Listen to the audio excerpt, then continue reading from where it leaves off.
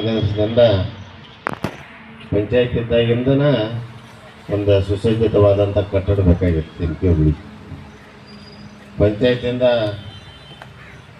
Upgrade ಆಗಿ ಪಟ್ಟಣ ಪಂಚಾಯತ್ ಆಯಿತು. ಪಟ್ಟಣ ಪಂಚಾಯತಿಂದ ನಮ್ಮ ಮುಂದೆ ಕಾರ್ಪೊರೇಷನ್ ಲಿಮಿಟ್ಸ್ನ ಮುನ್ಸಿಪಾಲ್ಟಿ ಹೋಗುವಂಥ ದಿವಸದಾಗ ಅದರದೇ ಆದಂಥ ಒಂದು ಆಡಳಿತ ದೃಷ್ಟಿಯಿಂದ ಅದರದೇ ಆದಂಥ ಸ್ವಂತ ಕಟ್ಟಡ ಬೇಕು.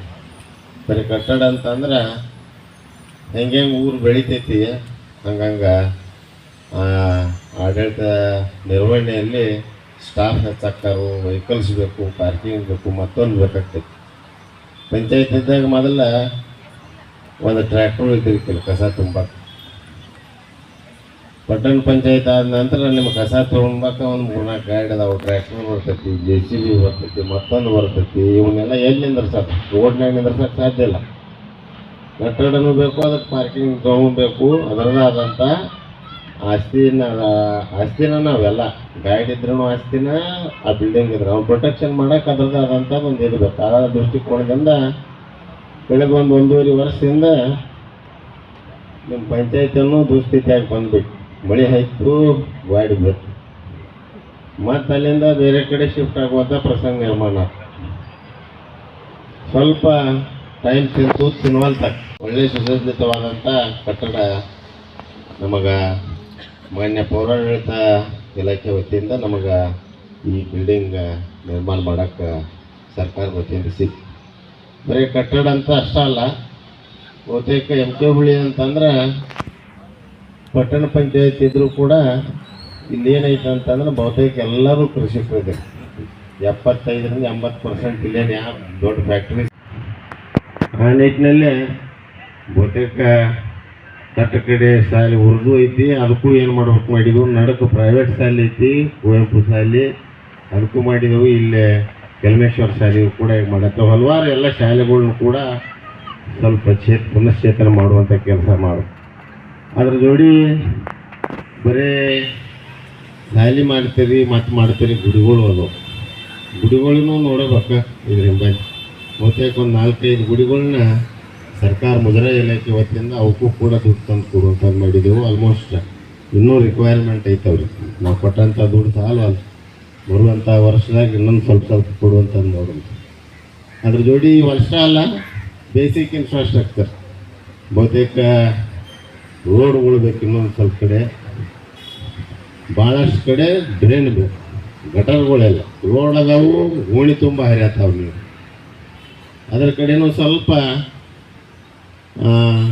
ಎಲ್ಲರೂ ಇದ್ದಂಥ ಸದಸ್ಯರು ಗಮನ ಹರಿಸಿ. ಯಾಕಂದ್ರೆ ನೀವು ಬರೀ ಕಾಂಕ್ರೀಟ್ ರೋಡ್ ಮಾಡಿದ್ರೆ ನಡೆಯೋದಲ್ಲ, ನೀರು ಅಥವಾ ಅದನ್ನು ಓಣಿ ಬಿಟ್ಟರೆ ಸುಸಜ್ಜಿತವಾಗಿ ದಾಟಿಸಿದ್ರೆ ಸ್ವಲ್ಪ ರೋಗ ರುಜಿ ಕಮ್ಮಿ ಆಗ್ತವೆ. ಅಲ್ಲೇ ನೀರು ಹರಿಯೋದು ನಿಮ್ಮದು ಇದಾದ ಅಂತಂದ್ರೆ ನಾಟಕ ಆಗೋದಿಲ್ಲ. ಸ್ವಲ್ಪ ಈಗ ನಗರೋತ್ಥಾನದ ದುಡ್ಡು ಬರ್ತೈತಿ, ಸ್ವಲ್ಪ ಹೆಚ್ಚಿನ ಗಮನ ಡ್ರೈನಿಗೆ ಕೊಡಿ. ಡ್ರೈನ್ ತೊಗೊಂಡು ಅವನ್ನ ನೀರು ದಾಟಿಸುವಂಥ ಕೆಲಸ ಮಾಡಿದರೆ ನಿಮಗೆ ಅದು ಒಳ್ಳೆಯ ರೀತಿಯಿಂದ ಹೋಗ್ತದೆ. ಮತ್ತು ಇನ್ನೊಂದು 5-6 ತಿಂಗಳ 24x7 ನೀರು ನಿಮ್ಮ ಊರಿಗೆ ಸಿಗ್ತೈತಿ. ಯಾಕಂದ್ರೆ ಬಹುತೇಕ ಪೈಪ್ಲೈನ್ ಮುಗಿದೈತಿ, ಅದಕ್ಕೆ ಸೋರ್ಸ್ ಕನೆಕ್ಟ್ ಆಗಿಲ್ಲ, ಹೊಳ್ಳಿಂದ ಬರೋದು ಬಹುತೇಕ ಮುಗಿದೈತಿ. ಫಿಲ್ಟರ್ ಹೌಸು ರೆಡಿ ಆಗೈತಿ, ಇನ್ನು ಪಂಪ್ ಮಾಡಿ ನಿಮ್ಮ ಊರಿಗೆ ಕೊಡುವಂಥದ್ದಾಗ. ನಿಮಗೇನಂತ ನೀರಿನ ಪ್ರಾಬ್ಲಮ್ ಇಲ್ಲ MK ಹುಬ್ಳಿಗೆ. ಆದರೂ ಕೂಡ ಸ್ವಚ್ಛವಾದಂಥ ಸರ್ಕಾರದ ಒಂದು ನಿಯಮ ಏನಂತಂದ್ರೆ ಪೋರ್ಟೇಬಲ್ ವಾಟರ್, ಬೋರ್ನಿಂದ ನೀರು ಕುಡಿಬಾರ್ದಂತಾರೆ ಇವತ್ತಿನ ಕಾಲದಾಗ. ಹೊಳಿದು ಕೆಲವು ಕೇರಿದು ಮಳೆ ನೀರು ಕುಡಿಬೇಕಾಗೈತಿ. ಅದಕ್ಕೆ ಹೊಳಿದ ಬಂದು ನಿಮಗೆ ಮುಗಿಸುವಂಥ ಕೆಲಸ ಮಾಡ್ತೇವೆ. ಬಹುತೇಕ ಇನ್ನೊಂದು 5-6 ತಿಂಗಳು ಹಿಡಿತೈತಿ. ಇಲ್ಲೈತಿ ಬರೀ ಪಟ್ಟಣ ಬೆಳೀತಂತಂದ್ರೆ ಬಹುತೇಕ ಸುಮಾರು ಒಂದು 18-20 ಸಾವಿರ ಜನಸಂಖ್ಯೆ ಇರುವಂಥ ಊರ. ಎಲ್ಲಿ ಹೋದ್ರೆ ನಿಮ್ಮ ಊರಾಗ ಒಂದು ಜೋಕಾಲಿ ಸಿಗೋಲ್ಲ ಸಣ್ಣ ಹುಡುಗರಿಗೆ ಆಡಕ್ಕೆ. ಅದೇ ರೀ, ನಿಮ್ಮ ಮಕ್ಕಳು ಇರಲಿ, ಮೊಮ್ಮಕ್ಕಳನ್ನ ಕರ್ಕೊಂಡು ಹೋಗಿ ಎಲ್ಲೇ ಅಡ್ಡಾಡಿ ಬರ್ತೇವೆ ಅಂತಂದ್ರೂ ಒಂದು ಜಾರಗುಂಡಿ ಸಿಗಬಾರ್ದು, ಒಂದು ಜೋಕಾಲಿ ಸಿಗಬಾರ್ದು. ಒಂದು ಸುಸಜ್ಜಿತವಾಗಿ ವಯಸ್ಸಾದವ್ರಿಗೆ ಅಡ್ಡಾಡಕ್ಕೆ ಟ್ರ್ಯಾಕ್ ಸಿಗಬಾರ್ದು.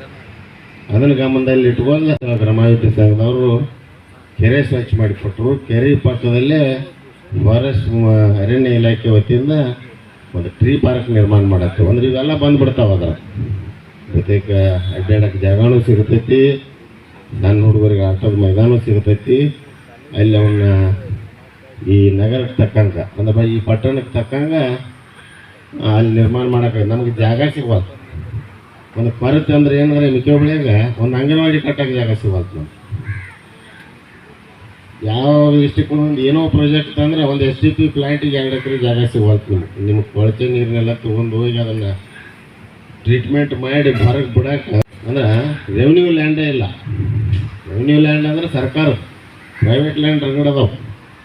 ಬಟ್ ಏನೋ ಸರ್ಕಾರದ ಈ ಪಟ್ಟಣ ಸೌಂದರ್ಯೀಕರಣ ಮಾಡೋದ್ರ ಸಲುವಾಗಿ ಇವೆಲ್ಲ ಅತಿ ಅವಶ್ಯ. ಹಿಂದಿಲ್ಲ ನಾಳೆ ಎಲ್ಲ ಬಂದು ಹೊಲಸು ನೀರು ನಿಂತು ಎಲ್ಲಿ ಕಳಿಸಬೇಕು, ಅದನ್ನು ಟ್ರೀಟ್ಮೆಂಟ್ ಮಾಡಿ ಮುಂದೆ ಎಲ್ಲರೂ ಕಳಿಸ್ಬೇಕಾಗ್ತದೆ.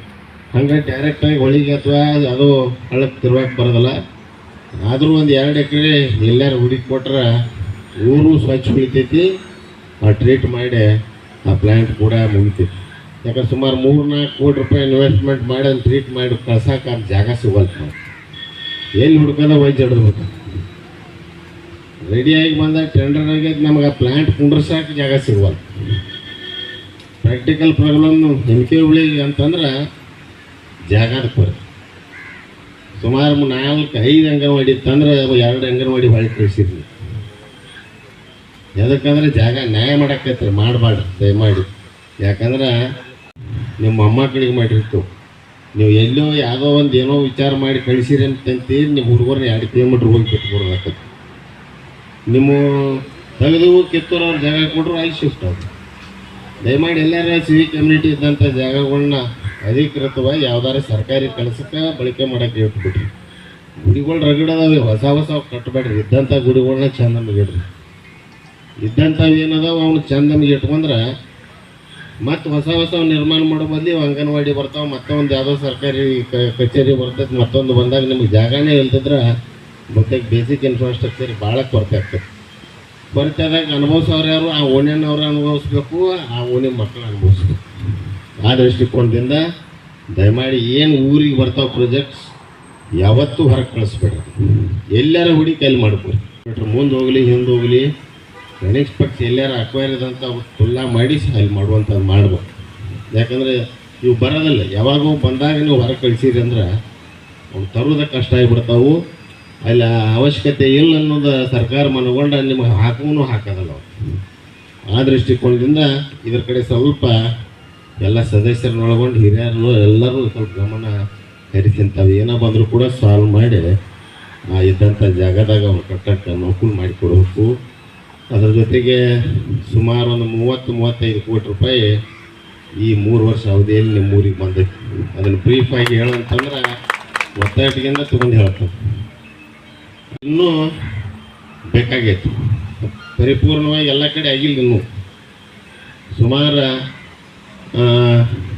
ಈಗ ಹಂಗೆ ಹೇಳತ್ತಲ್ಲ, ಇಲ್ಲೆಲ್ಲ ಬಹುತೇಕ ಕೇಳಿನ ಕೃಷಿ ಮೇಲೆ ಅವಲಂಬಿತವಾದಂಥ ಜೋನ್ ಬಹುತೇಕ ಎಲ್ಲರಿಗೂ ಹೊಲಕ್ಕೆ ಹೋಗುಗಳ ರಸ್ತೆಗಳು ನೀವು ಪಟ್ಟಣ ಪಂಚಾಯತಿ ವ್ಯಾಪ್ತಿ ಬರೋದ್ರಿಂದ ಗ್ರಾಮೀಣ ಅಭಿವೃದ್ಧಿದಾಗ ನಿಮಗೆ ದುಡ್ಡು ಹಾಕಕ್ಕೆ ಬರೋದಿಲ್ಲ. ಫಲಾನ ಅಂತ ತೋರಿಸಿ ಹಾಕಬೇಕು. ಗ್ರಾಮೀಣ ಪ್ರದೇಶಕ್ಕೆ ಹೋಗುವಂಥ ಫಂಡ್ಸ್ ಆದರೂ ಕೂಡ ಅದರಾಗೂ ಒಂದು 70-75% ರೀಚ್ ಆಗಿದ್ದಾವೆ ಹೊಲಕ್ಕೆ ಹೋಗುವಂಥ ರಸ್ತೆಗಳು. ಇವಾಗ ಬಹುತೇಕ ಮುಗಿದಾವು. ಈ ಕಡೆ ಎಷ್ಟು ಅದಾವು, ಈ ಕಡೆ ಒಂದು 2 ಮಾಡಿದವು. ಇನ್ನೊಂದು 4-5 ರೋಡ್ ಹಾಕಿದ್ರೆ ಪರಿಪೂರ್ಣವಾಗಿ ನಿಮ್ಮ ಹೊಲಕ್ಕೆ ಹೋಗುವಂಥ ರಸ್ತೆಗಳ ಬರುವಂಥ ವರ್ಷದಲ್ಲಿ ತಗೊಳ್ಳೋನು. ಅದ್ರ ಜೋಡಿ ಸಾಕಷ್ಟು ದೇವಸ್ಥಾನ ಆಯ್ತು, ಬೇಡ ದರ್ಗಾಕ್ಕೂ ಹೋದ ವರ್ಷ ಅವಕ್ಕೂ ಕೊಟ್ಟಿದ್ದು. ಎಲ್ಲ ಜಾತಿಯವ್ರನ್ನ ಒಳಗೊಂಡು ಎಲ್ಲ ಕಡೆ ಮಾಡ್ಕೊತ ಹೋಗ್ಬೇಕಾಕೈತಿ. ಎಲ್ಲ ಭಾಳಷ್ಟು ಡಿಮಾಂಡ್ ಇರೋದ ಗುಡಿಗಳು.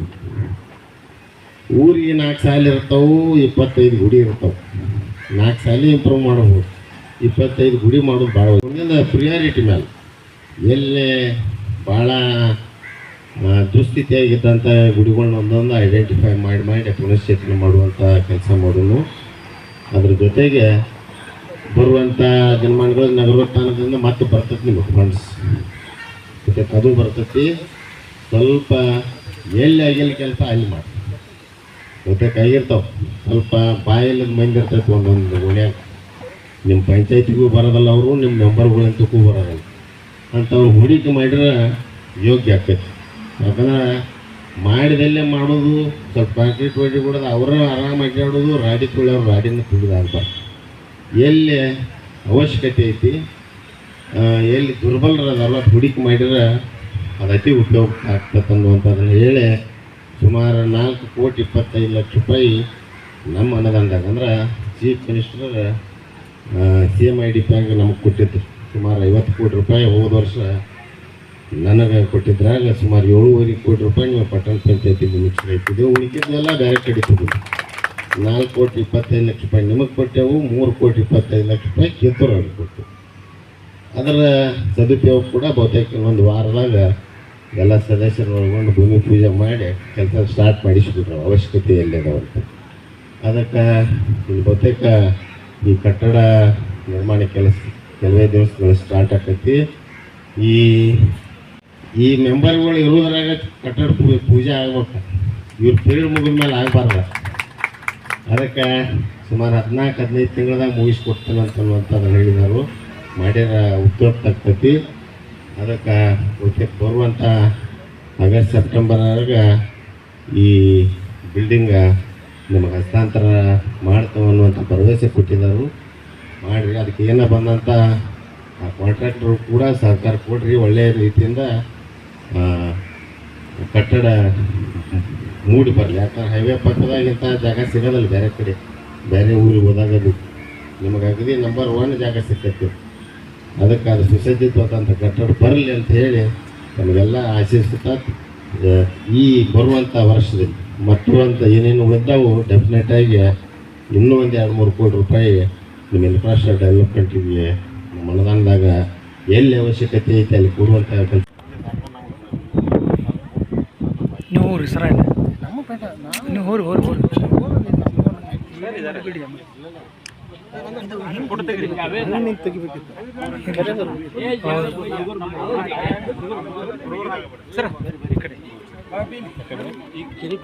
ಸರ